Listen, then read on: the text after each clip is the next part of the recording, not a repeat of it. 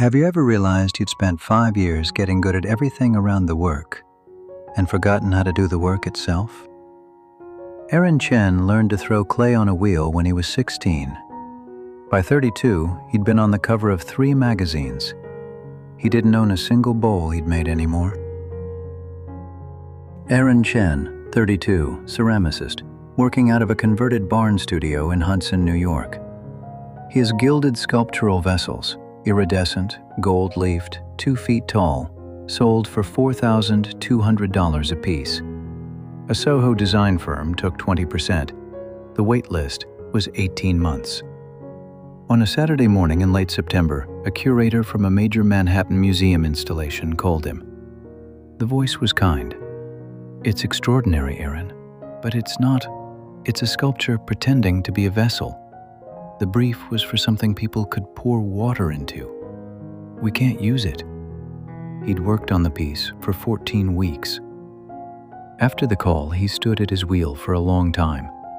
47 unread DMs on his phone. 3 collab requests from luxury home brands. Sweet green containers stacked by the sink. He hadn't cooked in 4 days. On the wall behind the wheel, a magazine cover showed him at 28 in a clay-streaked apron, smiling. He put his hands on the wheel. They didn't move. He got in his black Porsche Cayenne and drove north, 2 hours up the Mass Pike. He didn't decide where. He drove until his body knew. He pulled into the parking lot of the Northampton Community Arts Center at 1:15. The same brick building, the same warped screen door. The Saturday kids' pottery class would have ended at noon. Through the back window he could see Mrs. Hartley, 71, still teaching here after 33 years, still wearing her canvas apron. The same gray hair pulled back at her neck. She was washing a wheel by hand. The wood stove in the corner was still going. Mrs. Hartley kept it going through the afternoons, even after the kids left. The room was too cold otherwise. Aaron walked in. Mrs. Hartley looked up, took him in, didn't act surprised. She nodded once toward an empty wheel. Aaron sat. Mrs. Hartley walked over with a fresh ball of clay, slapped it onto the bat, pushed it toward Aaron without ceremony. "Make me a bowl," she said. "The kind I can drink soup out of." She walked back to the sink. A plain, wheel-thrown bowl, 2 cups deep, single matte color. Aaron hadn't thrown one in 3 years.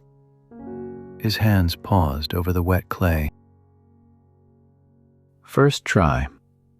He pressed his thumbs into the center and pulled up the walls. Muscle memory took over. His hands lifted the rim into the wave shape that had become his signature. The shape collectors recognized on Instagram. The shape an art critic had once described as weather made into clay. Mrs. Hartley walked over without a word, looked at it, picked up a wire, and sliced it cleanly off the bat. "Plain," she said, walked away. Second try. Aaron tried to force it. He concentrated. He made himself keep the rim flat. But he'd been throwing thin gallery walls for 2 years, and his hands had forgotten how to leave clay alone. He pulled too hard. The walls went too thin. The whole thing folded inward like a wet paper bag halfway up. The clay made a small wet sound as it collapsed.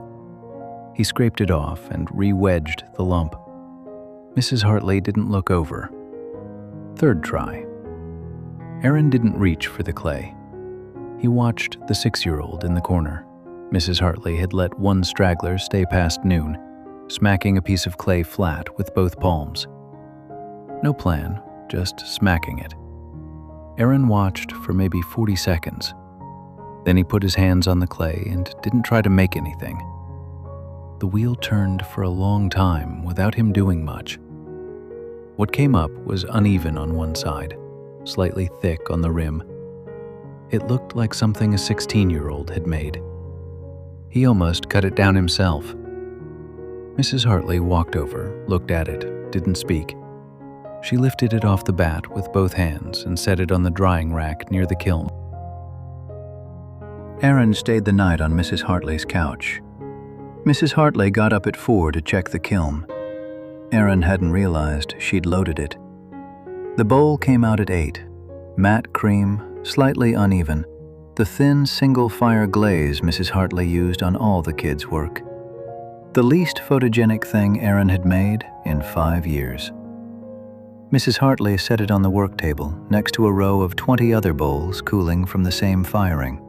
Same matte cream, same thin glaze, same plain shape. The kind students took home in cardboard boxes at the end of class. The kind Mrs. Hartley had taught kids to make in this room for 33 years. Aaron looked at them for a long time. Mrs. Hartley took Aaron's bowl in both hands, walked to the small stove, ladled in a few inches of vegetable soup from a pot that had been simmering since 6. She handed it to Aaron. "There," she said. Aaron held the bowl in 2 hands. It was warm. It was the temperature he'd forgotten his own hands could be. He drank the soup.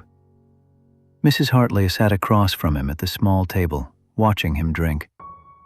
After a long moment, almost to herself, "They're beautiful, dear. They just aren't bowls." Aaron drove back to Hudson Valley that afternoon. The bowl was wrapped in a dish towel on the passenger seat. He walked into his studio. The half-finished gold piece was still on the work table, gold leaf curling at one edge. The 47 DMs were still unread. The waitlist was still 18 months. He didn't throw the gold piece away. He didn't email the curator back yet. He just set the small, matte bowl on the windowsill, where the late afternoon light would hit it. Then he pulled a fresh ball of clay from the storage bin, sat at his own wheel, and centered it. He didn't know what he'd do about the gallery work. He didn't know if he'd keep the collabs. But for the first time in maybe 2 years, the wheel turned under his hands, and his hands weren't reaching for anything. He just threw a bowl. The kind he could drink soup out of.